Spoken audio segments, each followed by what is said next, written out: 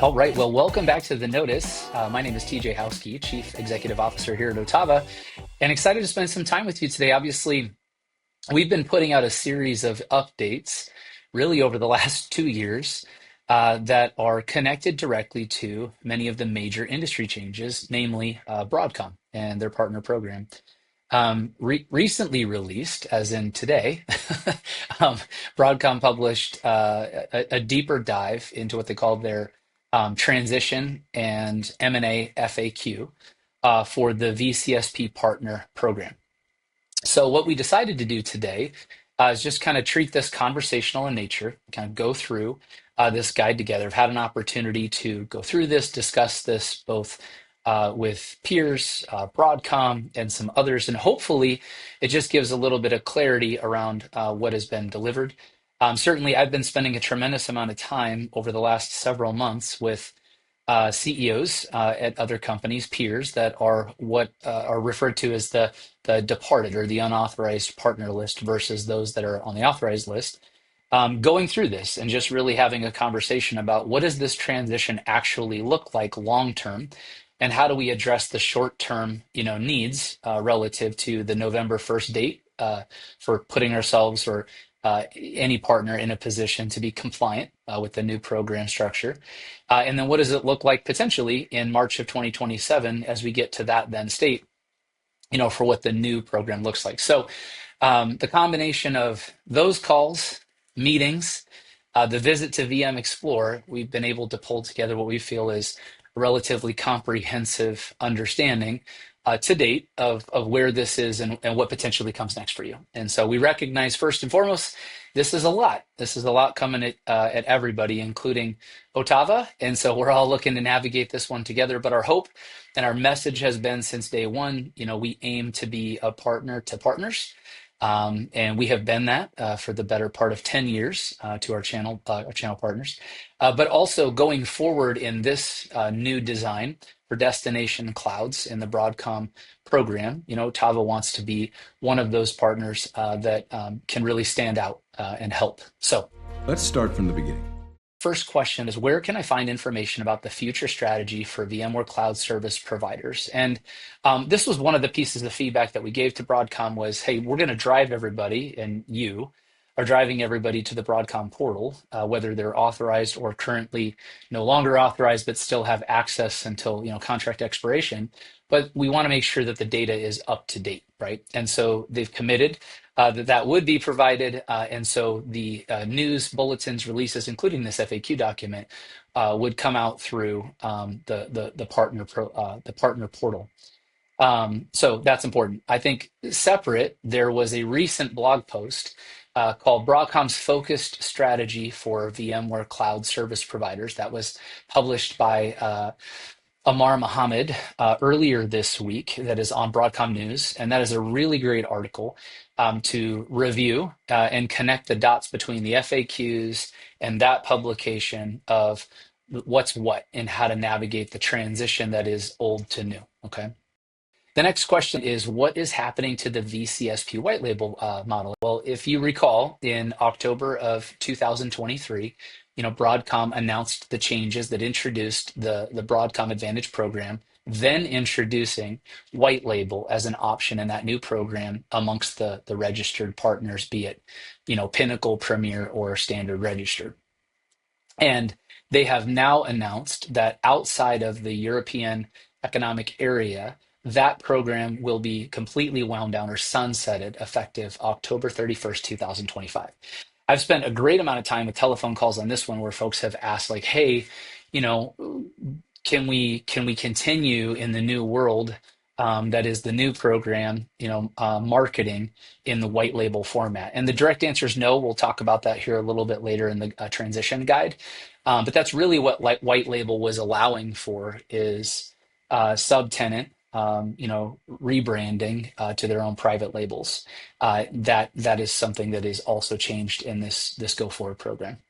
Can a non-renewing partner become a VMware reseller for Broadcom? So obviously you have the cloud service provider side, and then you have the classic reseller side. Both programs have largely or materially been changed, and there's different rules, requirements, for each. But certainly that was one thing that was reinforced in Las Vegas was, the path was for each to choose, or Broadcom, to make those choices as to this is your designation and this is your swim lane, so to speak, that you can participate in. You can't be a foot in both, right? And so the answer is it most important to either program, reseller versus cloud, that the Broadcom Advantage program is invitation only. And the resell route to market is currently not accepting, any new partners. So be it cloud and no longer an authorized partner to cloud, now potentially looking at moving to reseller. Either program is in the same state, which is what they're considering final state. So those that are in are in, those that are out are out, and they're focused now more on the strategic imperatives that they outlined of consolidation, and they're no longer revisiting membership, for either side. I want to continue to support VMware Solutions as a non-renewing VCSP partner. What are my options? Well, simply, it's kind of summarized in two major bullets. You can partner with a resell authorized VCSP, plus, your managed services. So in this case, it could be you partner with an OTAVA, and you're leveraging OTAVA for the Broadcom relationship or VCF as a service, and then you're stacking on, your value differentiator in the form of managed services above and beyond, the offering that is VCF as a service. And so you're really focused on the managed services, the infrastructure delivery, and the VCF enablement is the responsibility of the authorized partner. The non-authorized partners can partner with authorized partners to resell the partner's branded cloud to end users. So intentionally kind of digging into that a little bit here you can partner with an authorized VCF as a service delivery partner, but what are the ways in which you do that? All right, explain this to me like I'm a 2-year-old, okay? Because there's an element to this thing I just cannot get through my thick head. In this example, OTAVA being your VCF as a service provider and you providing the layered managed services. It's important, and this is the core distinction, that the authorized VCSP partner, in this case OTAVA, would be the subscription holder for the VCF subscription procured through this model direct with Broadcom. Access to, and that partner, in this case OTAVA, would maintain the administrative control, the access to the VMware licenses, and own or lease the hardware associated with the service. The VCF offer provided by the authorized partner can provide its managed services atop of the VCF service. So you kind of have a couple of different paths where, we do currently have resellers today that will resell OTAVA Cloud as OTAVA Cloud, and we will provide the managed services. And it's more of a reseller and agency play, less involved other than just relationship management. That is a go forward, that exists. Really, the distinction now is if that is something that you previously did, you're bifurcating the cloud or the infrastructure piece and the relationship for this, the ownership of the subscription, the relationship to Broadcom, to the authorized partner, and you're owning the upstack service support. I want to continue supporting VMware Solutions as a non-renewing VCSP partner. What are my options? Sub-bullet 2 is you can manage and operate customer-owned licenses and hardware on client premises. So the Broadcom Foundation Agreement allows licensees to enable entities to manage and operate their licenses in accordance with the terms and the conditions to provide the dedicated service if the licensees agrees to assume responsibility for all the facts and omissions associated with their use of licenses. So there's some flexibility here in that you have the ability to manage and operate customer-owned licenses and hardware on client premises. But again, they're the licensee, so they are directly contracted with Broadcom for that, and you can provide those managed services to support that. But they are, in essence, hosting and owning that licensing themselves. Okay, so how are managed services and support delivered under the new VCSP model? There's no changes to the support obligations and model under the updated VCSP program. Partners are required to deliver managed services to the end customer as a part of the core VCF offering. And this includes providing level 1 and level 2 support as defined in the appointment of rights. And so, we do this today. OTAVA's obligation is to provide, and we want to provide level 1 and level 2 support, to our partners. And so that's our core responsibility. And then certainly from a managed services perspective, if you're moving up stack, it's highly likely that since that's your customer relationship, you're providing, level one and level two support as defined in your managed service offering. So you kind of, again, bifurcating the responsibilities of ownership as they relate to the Broadcom relationship and the VCF elements or the infrastructure management, and you're owning the managed services specific to the customer is how I kind of look at that. What happens if a VCSP partner acquires all or part of a non-renewing partner's business? Broadcom will support the title transfer of the subscription with termination for convenience from a non-renewing partner to an authorized. And I think that's an important distinction. We spent a great amount of time talking about this, that in this model, what you're talking about is somebody that is not authorized, and we'll just continue to use this for ease of example, to an authorized partner, in this case, OTAVA. So if a customer said, hey, we want to sell to you, and there's different constructs for that transaction type, then that's authorized because you have the ability to take non-authorized subscription, reassign that to an authorized subscriber, and go through the process that is already established for a termination for convenience, and move that contractual obligation over to the new authorized partner on the go forward. And then the subsequent conditions that we reviewed earlier would carry forward on the managed services rights, the rebranding restriction, those kind of things. Important distinction here, and you heard me mention this, is that the subscription must be transferred as is. So the related obligations, the commitment structure, the expiration date, it's carried forward and reassigned in that nature. It's not redesigned. There's no true down, for example, on the obligation. And so that's an important distinction for those that are acquiring versus those that might be divesting this portion of their business or changing just in generally, whichever your transaction type is. I can't do this anymore, man. My head's about to explode. Alternatively, the non-renewing VCSP partner can terminate their subscription in accordance with Broadcom's termination for convenience policy found, and the VCSP acquiring partner can add capacity under an existing order. So you have one that can be reassigned. That's one mechanism, and that carries forward as is, and it's, in this case, OTAVA's responsibility to organize that with Broadcom direct, and your responsibility in that participation is the transition approval that it gets reassigned. The second is they're saying that you, as the non-authorized partner, or a non-authorized partner, doesn't have to be you specifically, I apologize, has the ability to cancel your agreement, and then define what that capacity requirement is with the authorized partner. And again, OTAVA or whoever the authorized partner is would be responsible for coordinating that. Now, you obviously have in these scenarios, there's some more behind the scenes conversations, probably really separate and distinct from today, about license rekeys and usage meters, and what are some of the things that you need to do to not just make the transition via administratively, but how do you make the transition technically? And we can work with you and walk you through that as well. Do I need to acquire the entire legal entity to satisfy the Broadcom requirements for a VCF contract transfer? This is an important call out. This was actually a really big topic of conversation over the weeks preceding Explore, and then certainly the time at Explore. And so the answer is no. There's no requirement to acquire the entire non-renewing VCSP partner entity and all of their assets. Authorized partners are able to acquire a book of business with or without acquiring the hardware assets. And as long as they're delivering an integrated VCF service, leveraging their VCSP subscription on their owned or leased hardware, it's compliant and approved.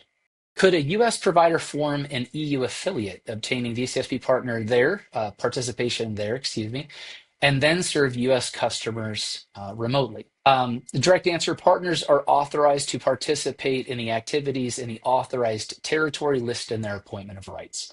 And that's an important distinction. We've received this call pretty regularly, in terms of clarification. And so, it is each partner that is authorized has an approved or an authorized territory, as they call it, listed in their appointment of rights, and that is, where they can source from.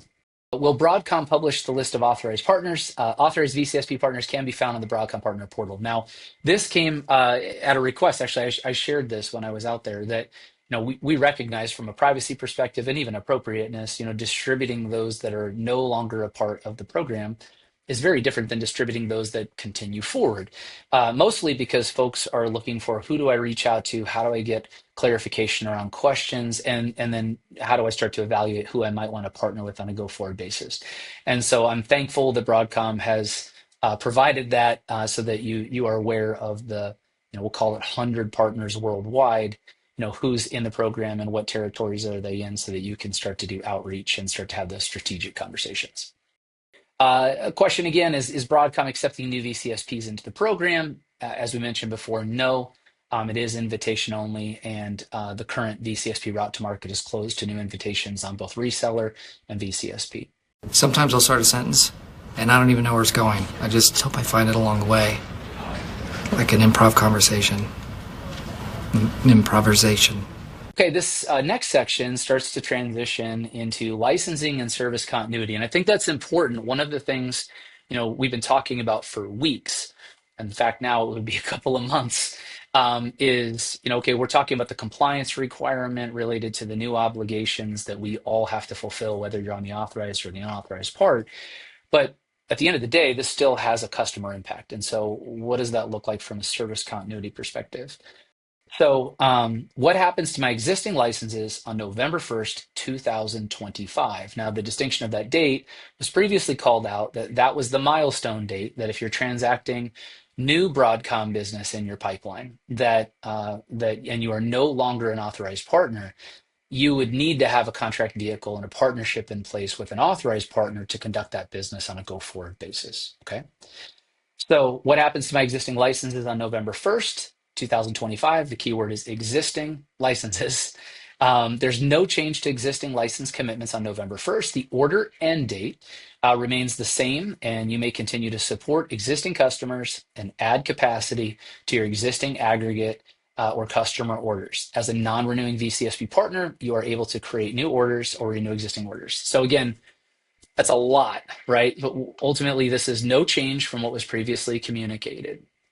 November 1st, new business, so think new customer acquisition, requires access to a vehicle to deliver through authorized partner.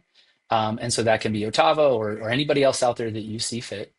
But your existing install base of customers, when you were previously an authorized partner, you can continue to add capacity and expand on those service relationships. And that is not considered new business. That's capacity expansion on existing business. And that is permitted through the life of your contract, which for most is March of 2027. There are a few that originally agreed to 5-year terms at the last revision of the program.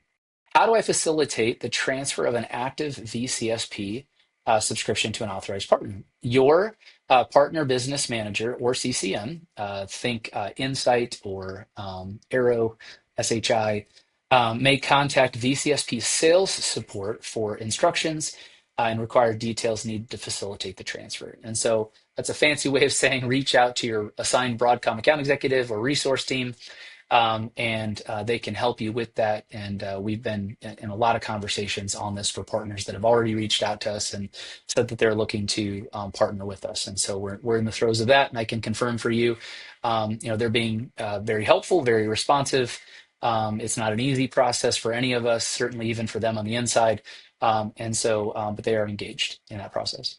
Can I be a licensed portability destination for VCF as a non-renewing partner? Now, this is important. This is a little bit of a different communication, or honestly, just more specific against what was previously vague as it related to bring your own licensing, because Broadcom was still defining this, and we were still collectively, the community, trying to understand, okay, what does this exactly mean? So think licensed portability. How do I support workloads that maybe a customer has an obligation, for example, an enterprise customer, and it's direct between them and Broadcom, and they want to take a portion of that committed contract and move that over to the authorized partner so that they can source workloads, in the cloud. for whatever that might be. Disaster recovery as a service, prod workload, secondary workload. There's a lot of different variations, right?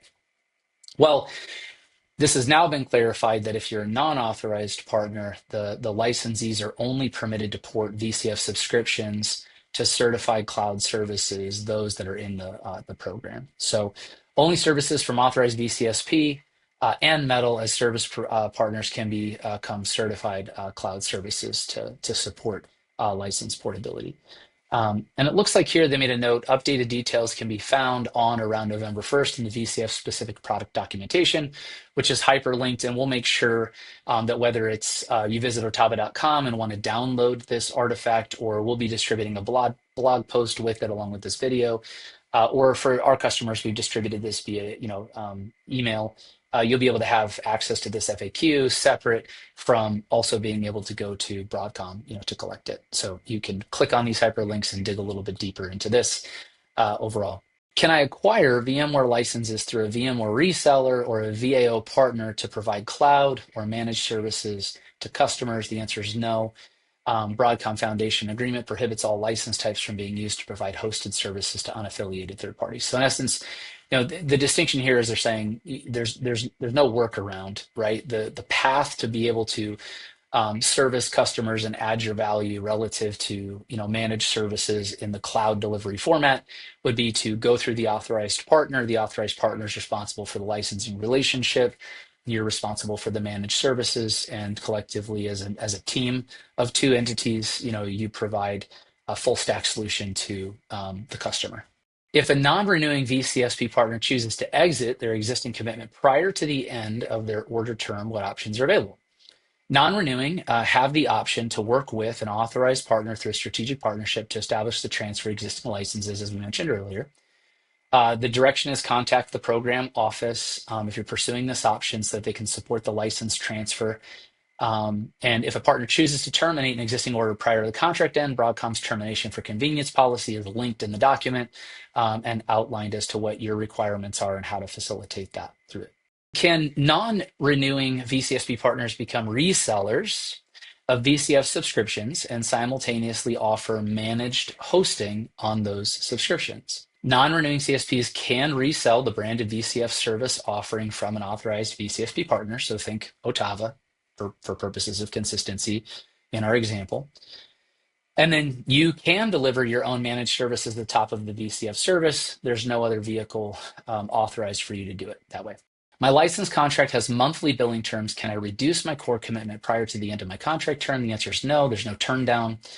The commitment quantity on existing orders cannot be reduced prior to the order end date. The obligation is fixed. It can go up.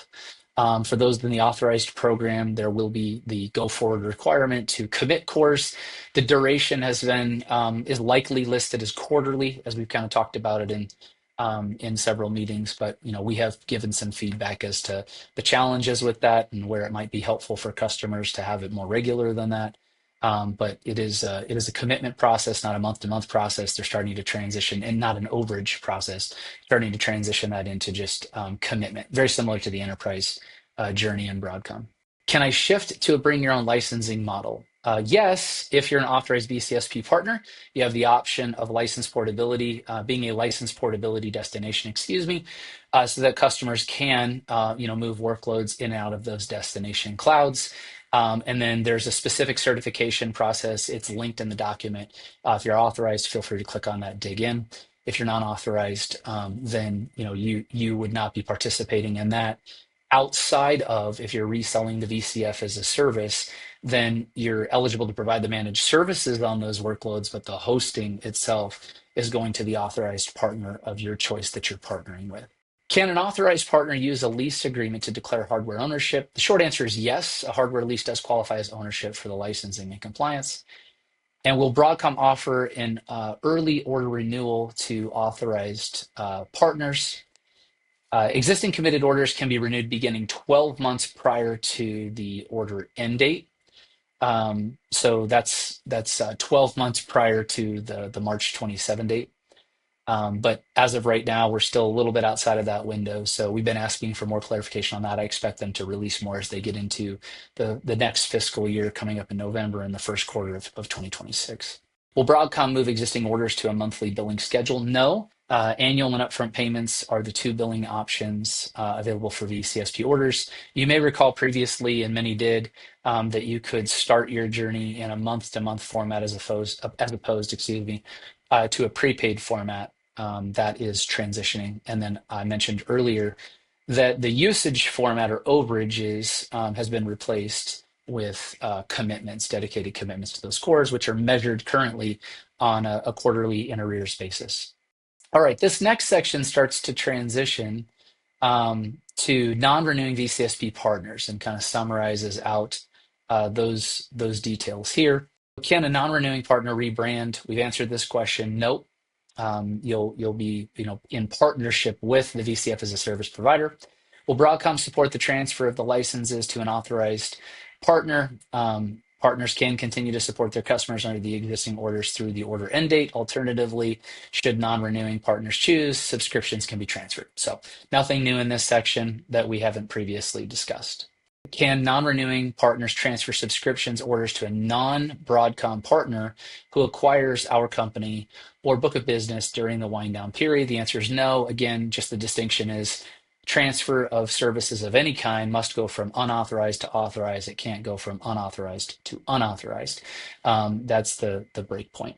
Is license portability supported between on-premise and public cloud and VCSP? Yes, customers can migrate their workloads to authorized license portability destinations at both VCSP and hyperscaler partners. Additional details are listed in the license portability external policy linked in the FAQs document. Why do non-partners have to swap out license keys from perpetual to subscription? Active subscription licenses must have a valid subscription license downloaded and installed to participate in the program. That's the major change, right? Went from perpetual in the old structure into the new subscription model. Not different than what we see in other software companies that were a little bit more ahead than Broadcom in this area.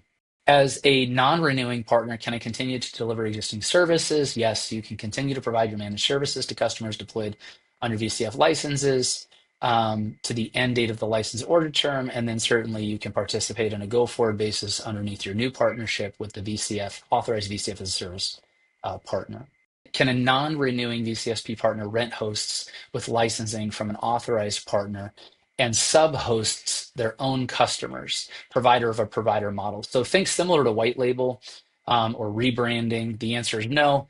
The white label model has been terminated. The ability for you to quote unquote tenantize is happening in that you're providing the managed services at the top of the VCF as a service partner. What are the required contractual and brand disclosures when a non-renewing partner resells the services? Example, powered by invoices, supported routing, SLAs, incident ownership, different sub-elements that clarify who is what in the relationship. VCF services from an authorized partner must be marketed and sold under the authorized partner's brand. So in essence, OTAVA refers to it as OTAVA Cloud. In our case, powered by Broadcom VMware. You would be referencing VCF as a service, provided by OTAVA Cloud, right? Or in partnership with, OTAVA Cloud. And there's a handful of different conversations and paths to talk about this. Certainly it's a marketing change and how you think about it. It's not a service change. You're delivering managed services today. You're thinking about the way in which maybe you're shedding uninteresting costs in this new design. And I'll talk a little bit about that. May a non-renewing VCSP partner purchase AVS?